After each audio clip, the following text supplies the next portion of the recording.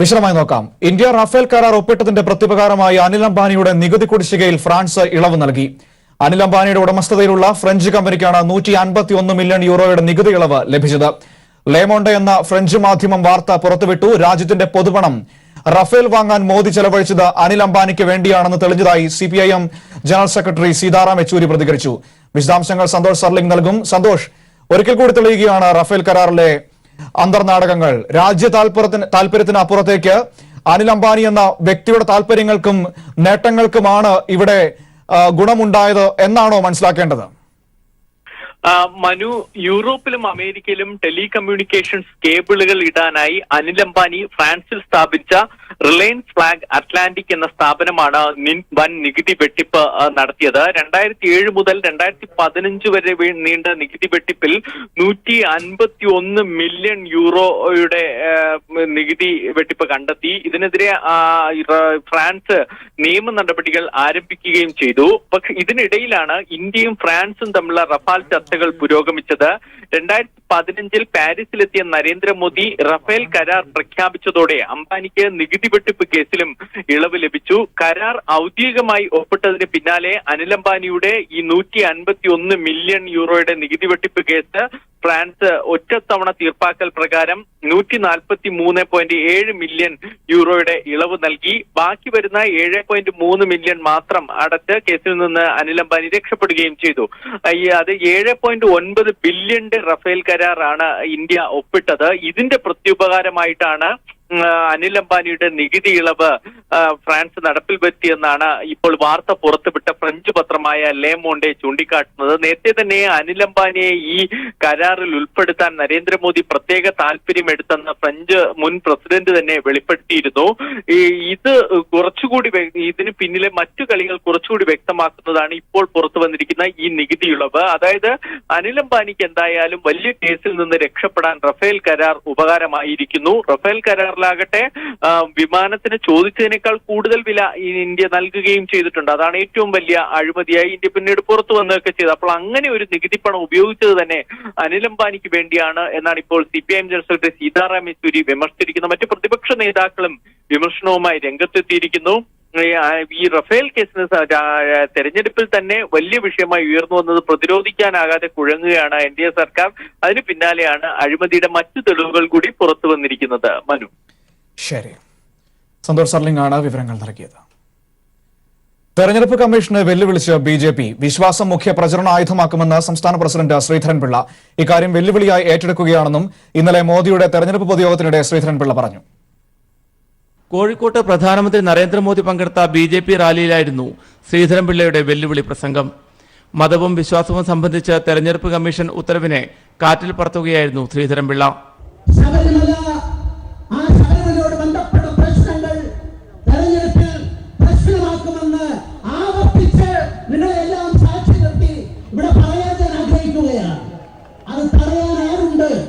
പ്രധാനമന്ത്രി നരേന്ദ്രമോദിയുടെ പ്രസംഗത്തിലും വിശ്വാസപരമായ കാര്യങ്ങൾ തന്നെയായിരുന്നു മുഖ്യ വിഷയം. അതേസമയം BJPയുടെ വർഗീയ പ്രചാരണങ്ങൾ കേരളത്തിൽ വിലപ്പോകില്ലെന്ന് LDF കൺവീനർ A. വിജയരാഘവൻ പറഞ്ഞു. നല്ല നിലയിലുള്ള പ്രചരണ പ്രവർത്തനങ്ങളിൽ നിന്ന് ജീവിത വിഷയങ്ങളിൽ ഊന്നിയതാണ് പാർലമെന്റ് തെരഞ്ഞെടുപ്പെന്നും തീവ്ര വർഗീയതയുമായി ബന്ധപ്പെട്ട ശക്തികൾക്ക് കേരളത്തിൽ നിന്ന് ഒരു സ്ഥാനവും നൽകാൻ പാടില്ലെന്നുമുള്ള ഇടതുപക്ഷ സന്ദേശം നല്ല നിലയിൽ കേരളം സ്വീകരിച്ചിരിക്കുകയാണ്. അപ്പൊ BJPക്ക് വലിയ പ്രയാസമാണ് ഈ തെരഞ്ഞെടുപ്പിൽ നേരിട്ടുകൊണ്ടിരിക്കുന്നത്. കഴിഞ്ഞ നിയമസഭാ തെരഞ്ഞെടുപ്പിൽ കിട്ടിയ വോട്ട് പോലും ഇത്തവണ BJPക്ക് കിട്ടില്ലെന്നും വിജയരാഘവൻ കൂട്ടിച്ചേർത്തു. തെരഞ്ഞെടുപ്പ് പ്രചാരണ രംഗത്ത് പിന്നോക്കം പോയ സാഹചര്യത്തിലാണ് തീവ്ര വർഗീയ കാർഡിറക്കാൻ BJP തീരുമാനിച്ചിരിക്കുന്നത്. ഉത്തരേന്ത്യൻ സംസ്ഥാനങ്ങളെ പോലെ ഭരണഘടനാ സ്ഥാപനങ്ങളെ ഭീഷണിപ്പെടുത്തി വരുതിയിലാക്കാനും BJP ശ്രമിക്കുകയാണ്. കോഴിക്കോട് നിന്നും PV കുട്ടൻ. MK രാഘവനെതിരായ കോഴ ആരോപണത്തിൽ ചാനൽ സംഘത്തിന്റെ മൊഴിയെടുത്തു. അന്വേഷണ സംഘം ദില്ലിയിലെത്തിയാണ് മൊഴിയെടുത്തത്. TV9 ഭാരത് വർഷിൽ നിന്ന് ആവശ്യമായ വിവരങ്ങൾ ലഭിച്ചതായി അന്വേഷണ സംഘം. കോഴിക്കോട്ടെ UDF സ്ഥാനാർത്ഥി MK രാഘവൻ 5 കോടി രൂപ കോഴ ആവശ്യപ്പെട്ട സംഭവത്തിൽ അന്വേഷണം പുരോഗമിക്കുകയാണ്. MK രാഘവന്റെ ഒളിക്യാമറ ദൃശ്യങ്ങൾ പുറത്തുവിട്ട ചാനൽ സംഘത്തിൽ നിന്ന് പോലീസ് വിവരങ്ങൾ ശേഖരിച്ചു. അന്വേഷണ സംഘത്തിൽപ്പെട്ട ഉദ്യോഗസ്ഥർ ഡൽഹിയിലെത്തിയാണ് TV9 ഭാരത് വർഷ ചാനൽ സംഘത്തിന്റെ മൊഴിയെടുത്തത്. ചാനൽ പുറത്തുവിട്ട സംഭാഷണത്തിന്റെ ഒറിജിനൽ ഫുട്ടേജുകളും സംഘം ശേഖരിച്ചിട്ടുണ്ട്. അന്വേഷണത്തിന്റെ ഭാഗമായി ഇവ ഫോറൻസിക് ലാബിൽ പരിശോധനയ്ക്ക് അയക്കും. തന്റെ ശബ്ദം ഡബ്ബ് ചെയ്തു കയറ്റിയതാണെന്ന് രാഘവൻ ആരോപിച്ചിരുന്നു. കോഴിക്കോട്ട് വ്യവസായ സംരംഭത്തിനായി 15 ഏക്കർ ഭൂമി ആവശ്യപ്പെട്ടാണ് ചാനൽ സംഘം രാഘവനെ സമീപിച്ചത്. കമ്മീഷനായി 5 കോടി രൂപ നൽകാമെന്നും ഇവർ പറഞ്ഞു. സംഭാഷണവും ദൃശ്യങ്ങളും ഒളിക്യാമറയിൽ പകർത്തിയ സംഘം വാർത്ത പുറത്തുവിട്ടതോടെയാണ് രാഘവൻ വെട്ടിലായത്. കോഴിക്കോട്ട് ACP വാഹിദിന്റെ നേതൃത്വത്തിലുള്ള സംഘമാണ് LDF നൽകിയ പരാതി അന്വേഷിക്കുന്നത്. സംഘം MK രാഘവന്റെ മൊഴി രേഖപ്പെടുത്തിയിരുന്നു. News bureau, Kozhikode. വയനാട്ടിലെ NDA LDF സ്ഥാനാർത്ഥികൾക്ക് മാവോയിസ്റ്റ് ഭീഷണിയെന്ന് സ്പെഷ്യൽ ബ്രാഞ്ച് റിപ്പോർട്ട്. സ്ഥാനാർത്ഥികളെ തട്ടിക്കൊണ്ടുപോകാനോ പ്രചരണ സ്ഥലത്ത് അക്രമമുണ്ടാക്കാനോ സാധ്യതയെന്നാണ് റിപ്പോർട്ട്. സുരക്ഷാ ഭീഷണിയുടെ പശ്ചാത്തലത്തിൽ NDA സ്ഥാനാർത്ഥി തുഷാർ വെള്ളാപ്പള്ളിയുടെ സുരക്ഷയ്ക്ക് ഗൺമാനെ നിയോഗിച്ചു. ഇതിനിടെ തെരഞ്ഞെടുപ്പ് ബഹിഷ്കരിക്കണമെന്നാവശ്യപ്പെട്ട് വീണ്ടും ജില്ലയിൽ മാവോയിസ്റ്റ് പോസ്റ്ററുകൾ പ്രത്യക്ഷപ്പെട്ടു. വയനാട്ടിലെ LDF സ്ഥാനാർത്ഥി PP സുനീറിനെയും NDA സ്ഥാനാർത്ഥി തുഷാർ വെള്ളാപ്പള്ളിയെയും തെരഞ്ഞെടുപ്പ് അട്ടിമറിക്കാൻ തട്ടിക്കൊണ്ടുപോവുകയോ പ്രചരണ സ്ഥലത്ത് അക്രമം ഉണ്ടാക്കുകയോ ചെയ്യുമെന്നാണ് special branch report. Special branch intelligence വിഭാഗം ഇന്നലെയാണ് റിപ്പോർട്ട് കൈമാറിയത്. റിപ്പോർട്ടിന്റെ പശ്ചാത്തലത്തിൽ ഇരു സ്ഥാനാർത്ഥികൾക്കും ഒരു ഗൺമാന്റെ സുരക്ഷ ഏർപ്പെടുത്താനാണ് തീരുമാനം. NDA സ്ഥാനാർത്ഥി തുഷാർ വെള്ളാപ്പള്ളിയുടെ സുരക്ഷയ്ക്കായി ഇതിനോടകം ഒരു ഗൺമാനെ നൽകി കഴിഞ്ഞു. വനാതിർത്തിയിൽ രാഷ്ട്രീയ പാർട്ടികൾ പ്രചരണം നടത്തുമ്പോൾ അതത് പോലീസ് സ്റ്റേഷനുകൾ സുരക്ഷ നൽകണമെന്നും നിർദ്ദേശം നൽകിയിട്ടുണ്ട്. മാവോയിസ്റ്റ് ഭീഷണിയുടെ സാഹചര്യത്തിൽ 2 കക്ഷിരഹിത സ്ഥാനാർത്ഥികളും ഗൺമാനെ അനുവദിക്കണമെന്നാവശ്യപ്പെട്ട് പോലീസിനെ സമീപിച്ചു. ഇതിനിടെ ജില്ലയിൽ വീണ്ടും തെരഞ്ഞെടുപ്പ് ബഹിഷ്കരിക്കണമെന്ന് ആഹ്വാനം ചെയ്യുന്ന മാവോയിസ്റ്റ് പോസ്റ്ററുകൾ പ്രത്യക്ഷപ്പെട്ടു. തിരുനെല്ലി ആശ്രമം സ്കൂൾ പരിസരത്താണ് പോസ്റ്ററുകൾ പതിപ്പിച്ചത്. മുഖ്യധാര രാഷ്ട്രീയ കക്ഷികളുടെ നയങ്ങൾ ബദലല്ലെന്നും ജനകീയ അധികാരത്തിനായി ആയുധമേന്തണമെന്നും പോസ്റ്ററിൽ ആവശ്യപ്പെടുന്നു. മാവോയിസ്റ്റ് സംഘം സമീപത്തെ വീടുകളിലെത്തി ലഘുലേഖകൾ വിതരണം ചെയ്യുകയും ചെയ്തു. പ്രദേശത്ത് പോലീസ് തണ്ടർബോൾട്ട് സംയുക്ത തെരച്ചിൽ നടത്തി. News bureau, Wayanad. ഇപ്പോൾ G സുധാകരൻ മാധ്യമങ്ങളെ കാണുകയാണ് ആലപ്പുഴയിൽ. അതിലേക്ക്. ആന ആദ്യമായി ഒരുമിച്ച് പോയത് ഈ വർഷം മാത്രമാണ്. ഈ റോഡ് മറ്റേ 3 ആന 2 ആനയെ പോകത്തുള്ളായിരുന്നു. 5 ആനയും നിരന്ന് പോയി. നിരന്ന് കാണാൻ ആഗ്രഹിച്ച ഭക്തരുണ്ട്. ഞങ്ങൾ ഇതൊക്കെ ചെയ്തുകൊണ്ടിരിക്കുകയാണ്, എല്ലായിടത്തും ചെയ്യുകയാണ്. നിങ്ങൾ സക്കറിയാബസാറ് നോക്കുക, 1.5 കിലോമീറ്റർ ഇപ്പം 2 കോടിക്കാണ്. എത്ര മനോഹരമായിട്ടാണ് നിർമ്മിച്ചിരിക്കുന്നത്. ഇനി ആ 2 കിലോമീറ്റർ 20 കോടിക്ക് വീണ്ടും ഇവിടെ ബാക്കി. അതായത് 1 കിലോമീറ്ററിന് 10 കോടി വെച്ചാണ് ആലപ്പുഴ ടൗൺ റോഡ് പദ്ധതി. 1 കിലോമീറ്ററിന് 10 കോടി ചെലവഴിക്കും. അതാണ് പദ്ധതി. 15 വർഷത്തെ എഗ്രിമെന്റ്. അപ്പോൾ ആ റോഡ് പിന്നെയും മാറും, എല്ലാ റോഡും മാറും. മൊബിലിറ്റി ഹബ് വരുന്നു. എത്ര പാലങ്ങളാണ്! ഏതാണ്ട് 464 പാലങ്ങൾ കേരളത്തിൽ നിർമ്മിക്കുമ്പോൾ 42 എണ്ണം ഈ ജില്ലയിലാണ്. നമ്മുടെ ഈ മണ്ഡലത്തിലുണ്ട് 8 എണ്ണം, കുട്ടനാട്ടിലാണ് 12 എണ്ണം, ചെങ്ങന്നൂരിൽ 16 എണ്ണം. എല്ലായിടത്തും ഉണ്ട് 2, 3, 4. പാലം നിർമ്മാണം, റോഡ് നിർമ്മാണം, ഗംഭീരമായ കെട്ടിടങ്ങൾ, ഹൈക്കോടതിയുടെ 7 നില ബിൽഡിംഗ്, കോഴിക്കോട് ജില്ലാ കോടതി ബിൽഡിംഗ് എല്ലാം നിർമ്മിച്ചു കൊടുത്തിരിക്കുകയാണ്.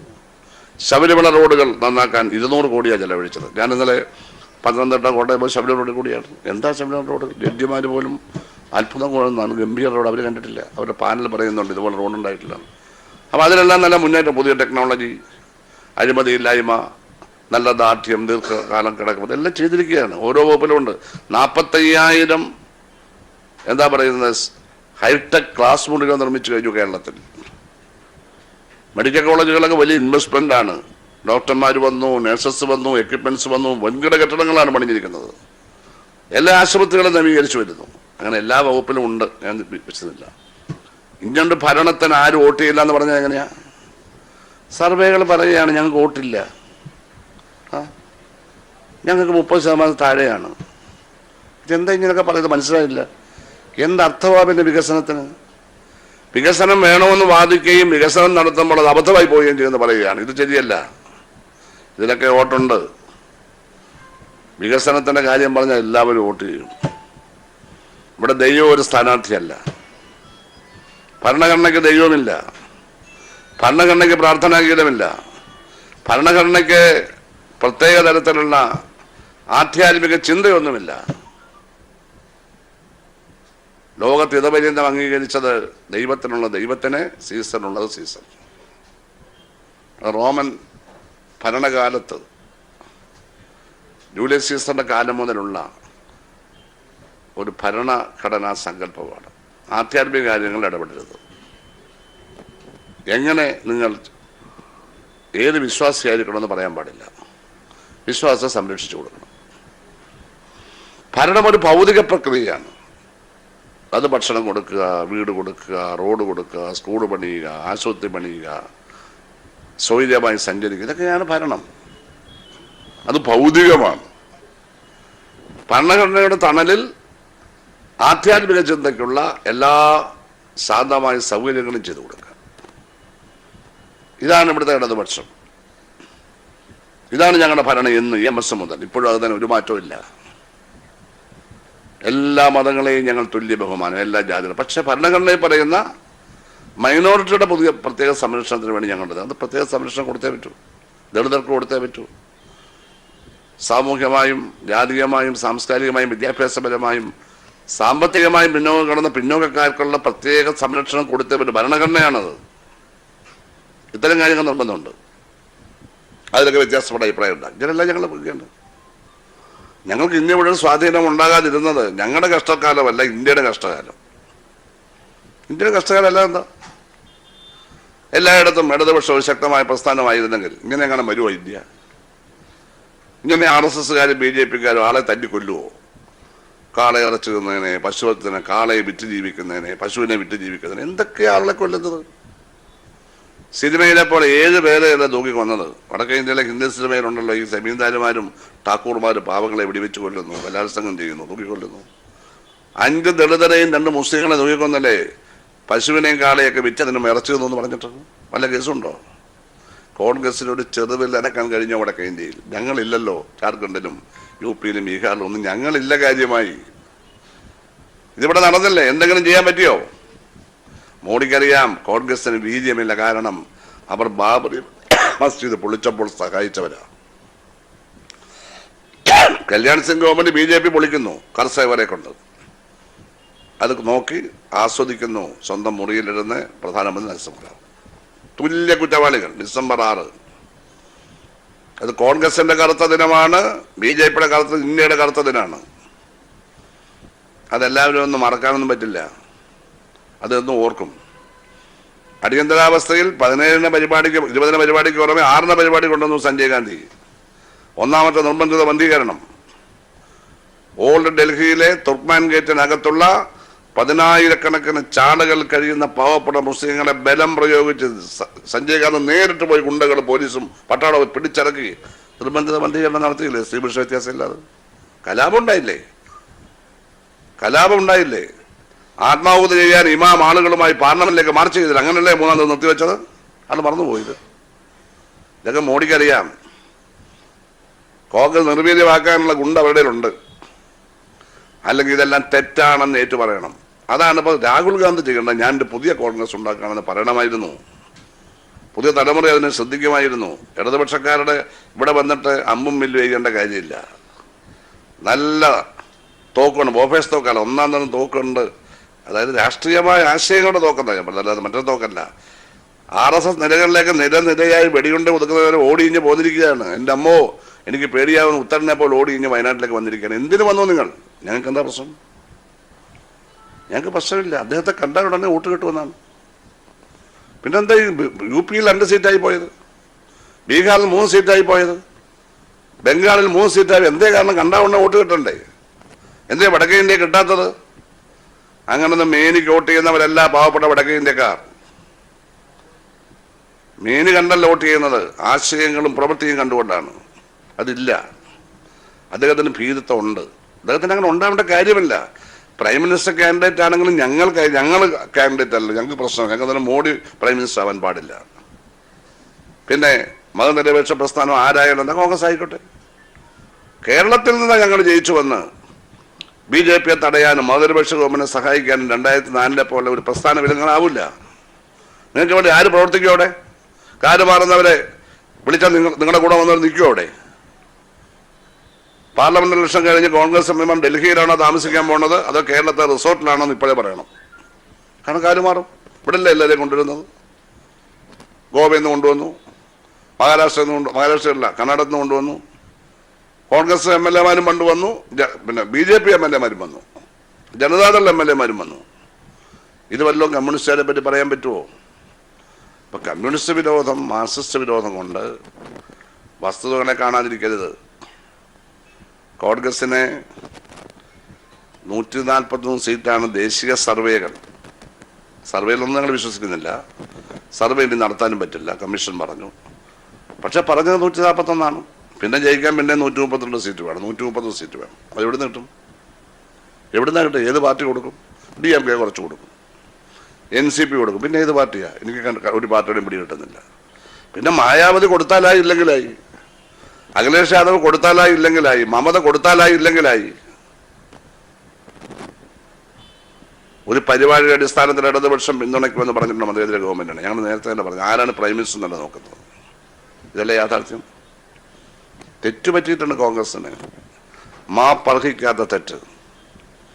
നമ്മൾ പ്രാസംഗികമായിട്ട് പറയുമല്ലോ, അറേബ്യയിലെ എല്ലാ സുഗന്ധദ്രവ്യങ്ങളും കൊണ്ടുവന്ന് കൈ കഴുകിയാലും ഈ മഹാഭാവത്തിന് കറ പോവില്ല എന്ന് പറഞ്ഞുകൊണ്ടാ കോൺഗ്രസ് ബാബറി മസ്ജിദ് നിർബന്ധിത ബന്ധീകരണം. ആ കറ പോവില്ല. അതിനുശേഷം മുസ്ലിം വോട്ടില്ലല്ലോ കോൺഗ്രസിന്.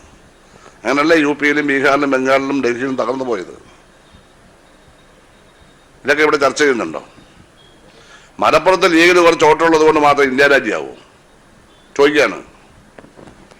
അപ്പോൾ വിശാലമായൊരു ഭൂമിയിൽ നിന്നുകൊണ്ട് മതനിരപേക്ഷ പ്രസ്ഥാനങ്ങളെ വർഗീയവിരുദ്ധ ആവേശം കൊള്ളിക്കുന്നതിന് പകരം, ഒരു പുതിയ നേതൃത്വം ഇന്ത്യയിൽ വന്നു എന്ന് കാണിക്കുന്നതിന് പകരം, കോൺഗ്രസ് തെറ്റുകളെ ഇല്ലാതാക്കി ഒരു നവ കോൺഗ്രസ് വളർന്നു വരുന്നു എന്ന് കാണിക്കുന്നതിന് പകരം, കേരളത്തിലെ മാർക്സിസ്റ്റ് വിരുദ്ധരായ കോൺഗ്രസ്സുകാരുടെ അഭിപ്രായം കേട്ട് ഇവിടെ വന്നിട്ട് ചീത്തയായി, ഇമേജ് പോയി, എന്നാൽ തിരിച്ചങ്ങോട്ട് തന്നെ പോവുകയും ചെയ്തു.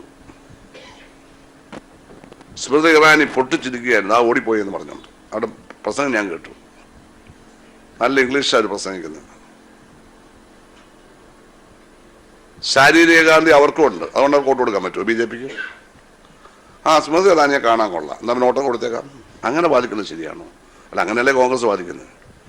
നിങ്ങളുടെ നേതാക്കന്മാരുടെ ശാരീരിക കഴിവ് നല്ലത് തന്നെ, ഞങ്ങൾ അതൊക്കെ ഞങ്ങൾ അംഗീകരിക്കുന്നു. പക്ഷെ അതല്ല വോട്ട്.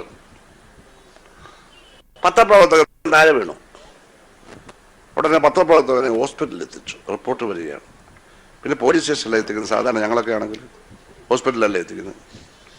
അതിനെന്തിനാ രാഹുൽ ഗാന്ധിയുടെ കാറ്? അതിൻ്റെ പുറകെ എന്തുമാത്രം വണ്ടി ഉണ്ടായിരുന്നു? ഏറ്റവും പുറകിലെങ്ങാണ്ടാണ് വീണത്.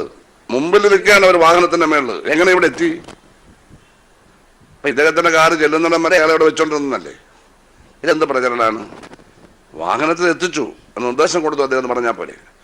അതിലും ഗംഗേമമാണ് 2 ചെരുപ്പും അവർ കയ്യിലേന്തിയിരിക്കുന്നു. അല്ലേ? ആ ചെരുപ്പ് എങ്ങനെ അവിടെ കൈ വന്നു? അവരിതിന് മേളിക്കല്ലേ, പുറകിലെങ്ങാണ്ടല്ലേ വീണത്. ആ ചെരുപ്പ് അവിടെ നിന്ന് എടുത്ത് സൂക്ഷിക്കേണ്ടത് കോൺഗ്രസ് പ്രവർത്തകരുടെ ജോലി. അവർക്ക് ആ ചെരുപ്പ് എടുക്കാൻ വയ്യ. പിന്നെ ഇവിടെ ബ്ലാക്ക് കാറ്റ് ഉണ്ട്, അവരാണ് എടുക്കേണ്ടത്. ബ്ലാക്ക് കാറ്റ് ഇപ്പോ പ്രിയങ്ക ഗാന്ധിയെ കൊണ്ട് ചെരുപ്പി ഓമിപ്പിക്കുക. അവർ കൈമീശ കണക്കായിരിക്കും. ഞങ്ങൾ അറിഞ്ഞ അവർ കൊണ്ട് കൊടുത്താണ്. ഞങ്ങൾ അറിഞ്ഞത് എവിടെ റോഡ് ഷോയിൽ എല്ലാവരും പത്രക്കാരൻ താഴെ വീഴും. അതിന് പത്രക്കാരനെ വെച്ചിരിക്കുന്നു. ഇതുപോലെ തന്നെ ആശുപത്രിയിൽ കൊണ്ടുപോയി ചെരുപ്പോട് പോകും. വടക്കേ ഇന്ത്യയിൽ ചെയ്യുന്നതെന്നാണ് കേട്ടത്.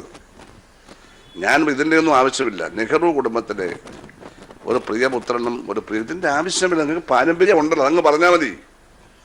നിങ്ങൾ നെഹ്റുവിനെ പറ്റി തന്നെയാണ് പറയേണ്ടത്. ഇന്ദിരാഗാന്ധിയെ പറ്റി പോലും അധികം പറയണ്ട. വേണമെങ്കിൽ bank nationalisation, private purse, bank, ഇതൊക്കെ പറയാം. അടിയന്തരാവസ്ഥ പറ്റി പറയാം, തെറ്റാണത്. അത് ക്ഷമ ചോദിക്കാണ് വേണ്ടത്. ഇതൊന്നും പറയാതെ എന്തൊക്കെയോ പറയുകയാണ്. മോഡി ചോർഹേ എന്ന് പറഞ്ഞാൽ അത് വോട്ട് കിട്ടുമോ? രാജീവ് ഗാന്ധി ചോർഹേ എന്ന് പറഞ്ഞല്ലേ പാർലമെന്റിൽ, ഓർമ്മയില്ലേ? അപ്പൊ അവരും പറയും ചോർഹേ എന്ന്, അങ്ങോട്ടും ഇങ്ങോട്ടും ചോർഹേ എന്ന്, അല്ലേ? കുറ്റം ചെയ്തവരൊക്കെ ശിക്ഷിക്കപ്പെട്ടിട്ടുണ്ട്, കുഴപ്പമില്ല. അപ്പം ചുരുക്കം ദേശീയ ധാരയെ ഉയർത്താൻ കോൺഗ്രസിന് കഴിയുന്നില്ല. മുൻ അഡീഷണൽ ചീഫ് സെക്രട്ടറിയും പ്രശസ്ത സാഹിത്യകാരനുമായ ഡോക്ടർ ഡി ബാബു പോൾ അന്തരിച്ചു. ഹൃദയസംബന്ധമായ അസുഖത്തെ തുടർന്ന് ചികിത്സയിലായിരുന്ന അദ്ദേഹം ഇന്ന് പുലർച്ചെ തിരുവനന്തപുരത്തെ സ്വകാര്യ ആശുപത്രിയിൽ വെച്ച് മരണമടയുകയായിരുന്നു. സംസ്കാരം നാളെ എറണാകുളം പെരുമ്പാവൂരിലെ കുറുപ്പുംപടി യാക്കോബായ പള്ളിയിൽ നടക്കും. ഹൃദയ സംബന്ധമായ അസുഖത്തെ തുടർന്ന് ദിവസങ്ങൾക്ക് മുമ്പാണ് തിരുവനന്തപുരത്തെ സ്വകാര്യ ആശുപത്രിയിൽ ഡോക്ടർ ഡി ബാബു പോളിനെ പ്രവേശിപ്പിച്ചത്. തുടർന്ന് ഇന്ന് പുലർച്ചെയോടെ അദ്ദേഹം മരണത്തിന് കീഴടങ്ങി. തങ്ങളുടെ പ്രിയപ്പെട്ട പോൾ സാറിനെ കാണാൻ നിരവധി പേരാണ് ആശുപത്രിയിലും പൊതുദർശനത്തിന് വെച്ച പുന്നൻ റോഡിലെ സെന്റ് പീറ്റേഴ്സ് യാക്കോബായ പള്ളിയിലും എത്തിയത്. കൈരളി ടിവിക്ക് വേണ്ടി മാനേജിംഗ് ഡയറക്ടറും ചീഫ് എഡിറ്ററുമായ ജോൺ ബ്രിട്ടാസും ന്യൂസ് എഡിറ്റർ NB ചന്ദ്രശേഖരനും ചേർന്ന് അന്തിമോപചാരം അർപ്പിച്ചു. തുടർന്ന് മൃതദേഹം കുറവൻകോണത്തെ മമ്മീസ് കോളനിയിലെ വീട്ടിലേക്ക് കൊണ്ടുപോയി. ശേഷം വീട്ടിൽ പൊതുദർശനത്തിന് വെച്ചു. നാളെ വൈകുന്നേരം 4 മണിക്ക് ഡോക്ടർ ഡി ബാബു പോളിന്റെ ജന്മനാടായ എറണാകുളം പെരുമ്പാവൂരിലെ കുറുപ്പുംപടിയിലെ വീട്ടിൽ മൃതദേഹം എത്തിക്കും. തുടർന്ന് യാക്കോബായ പള്ളിയിൽ സംസ്കരിക്കും. അഡീഷണൽ ചീഫ് സെക്രട്ടറിയായി വിരമിച്ച അദ്ദേഹം തദ്ദേശ സ്വയംഭരണ വകുപ്പ് ഓംബുഡ്സ്മാനായും സേവനമനുഷ്ഠിച്ചിട്ടുണ്ട്. 21 വയസ്സിൽ ഔദ്യോഗിക ജീവിതം ആരംഭിച്ച അദ്ദേഹം കേരള യൂണിവേഴ്സിറ്റിയുടെ വൈസ് ചാൻസലറായും KSRTCയുടെ CMDയായും സേവനമനുഷ്ഠിച്ചു. കൂടാതെ വിവിധ വകുപ്പുകളുടെ സെക്രട്ടറിയായും പ്രവർത്തിച്ചു. News bureau, Thiruvananthapuram. ഇടവേള. Kalabhavan Mani memorial charitable and educational സൊസൈറ്റിയുടെ മികച്ച രാഷ്ട്രീയ നിരീക്ഷകനുള്ള മണിമുദ്ര പുരസ്കാരം ഭാസുരേന്ദ്ര ബാബുവിന്. പീപ്പിൾ ടിവിയുടെ വാർത്താധിഷ്ഠിത പരിപാടിയായ വർത്തമാനത്തിന്റെ അവതാരകനാണ് ഭാസുരേന്ദ്ര ബാബു.